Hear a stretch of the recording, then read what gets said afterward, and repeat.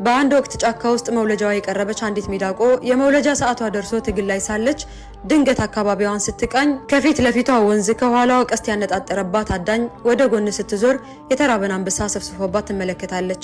ይህም ሳይበቃት ጭማሪ ከፍተኛ ነጎድጓድና መብረቅ ያጀበው ዳመና መጥቶ ሰማዩን ያጨልመዋል።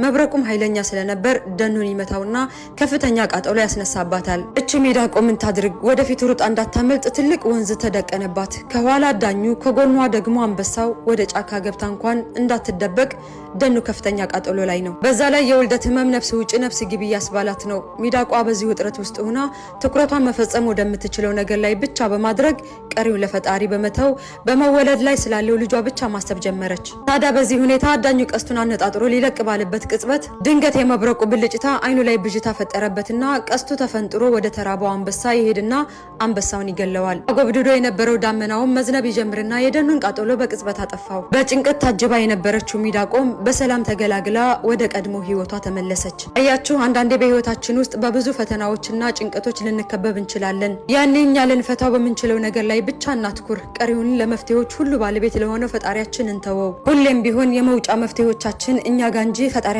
ጋር ጠፍቶ አያውቅም። አስታውሱ፣ ሁሌም ትላልቅ ወይም ከባድ ፈተናዎች አሉብን ብለን ለፈተናዎች እውቅና ከመስጠት ይልቅ የከባድ ፈተናዎች አለቃ የሆነው ጌታ አለን እያልን ጭንቀቶቻችንን ሁሉ እናቅላቸው። በስከ መጨረሻም ሁሌም ቢሆን በፈጠረን ጌታችን ተስፋ አትቁረጡ። እኔ በቅርብ ርቀት እከታተላታለሁ። አንድ ቀን የፊዚክስ የቤት ስራ ተሰጥቶን የኔና የሷን መልስ ስናነጻጽረው እርስ በእርሱ ተቃራኒ ነው። እኔ እሷና ትክክል ብዬ መልሴን ወደ እሷ መልስ ቀየርኩ። ለካ እሷም ተሳስቻለሁ ብላ መልሷን ወደ እኔ መልስ ቀይረዋለች። መምህሩ ደብተራችንን ተቀብሎ መልሱን ሲያመሳክር የእሷ መልስ ትክክል፣ የኔ ደግሞ ስህተት ሆኖ ተገኘ። ይህ ማለት የኔ የመጀመሪያው መልስ ልክ ነበር፣ እሷ ደግሞ ስህተት ነበረች። ታዲያ በአእምሮዬ ሁሌም የሚፈጠር ጥያቄ አለ። እኔ ትክክለኛ የነበረውን መልሴን የቀየርኩት መልሷ አሳምኖኝ አልነበረም። በደረጃ ስለምትበልጠን ብቻ እሷ ተሳሳትም ከሚል በራስ ካለመተማመን የመጣ ድርጊት ነበር።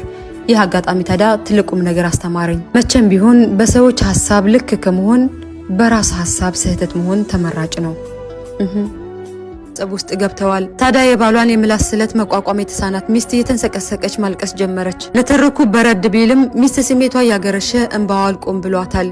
በዚህ ሁኔታ ላይ ያሉ በሩ ተንኳኳ። አስገራሚው ነገር በሩን የሚያንኳኩት ቤተሰቦቿ ናቸው። እንደገቡ የልጃቸውን አይን ቀልቶ ተመለከቱት። ባል ጓዳ ውስጥ ተደብቆ በፍርሃት እየተርበተበተ ነው። ቤተሰቦቿ ምንድነው የሚያስለቅስሽ እያሉ ልጃቸውን መወትወት ጀመሩ። በዚህ ጊዜ በጣም አይደንቅም ብላ ቤተሰቦቿ ላይ ደስታና ፈገግታ በተሞላበት መልኩ ጮሆች።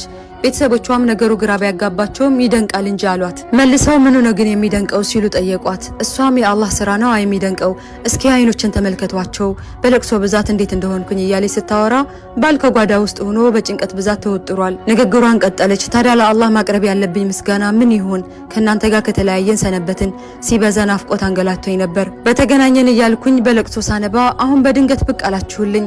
በተለይ ማዬ እንዴት ናፍቀሽኝ እንደነበር። እንዲያውም አይኔ እንደዚህ የእንባውን ቋጠሮ እየፈታ ሲያለቅስ የነበረው ባንቺ ናፍቆት ነው። አሁን ባለቤቴ እረተይ እነሱ አንድ ቀን ይመጣሉ፣ አንቺ ግን በለቅሶ ብዛት ነፍስሽን ጎዳሽ እያለኝ ነበር በማለት ቤተሰቦቿን አረጋጋች። ባለቤቷም ከተደበቀበት በመውጣት የባለቤቱን ቤተሰቦች ሰላምታ መስጠት ጀመረ። እነሱም ከተቀመጡበት በክብር እየተነሱ ለሰላምቷ ምላሽ ሰጡት። ያችን ስታንዣቦ የነበረውን ጥቁር ዳመና በጥበብ አስወገደችው። ባል ከባለቤቱ ቤተሰቦች ጋር መሳቅና መጫወት ጀመረ። ያችን የባሏን ነውር ከራሷ ጎጆ አውጥታ የራሷን ጎጆ ንፋስ እንዲገነጥለው አልፈቀደችም። ችግሩን በራሷ ቤት ወጭ አልባ በሆነው መድኃኒት አከመችው። ቤተሰቦቿ ተጫውተውና ተዝናንተው ወደ ቤታቸው ሲመለሱ ይቅርታ ለማለት ያቁነጠንጠው የነበረው ባል በድንገት እንደ መብረቅ ጥምጥም ብሎባት ላይደገመኝ የዛሬን ይቅር በይኝ አይለመደኝም በማለት ቃል ገባ። ራሱን ዳበስ አደረገችውና ይቅር ብያለሁ አትድገመው በማለት በፍቅር ስሜት ነገረችው። በስከ መጨረሻም አለመግባባት የበለጠ ችግር ላይ የሚጥለው የተከሰተው ነገር ሳይሆን ችግሩን የያዝንበት መንገድ መሆኑ ነው።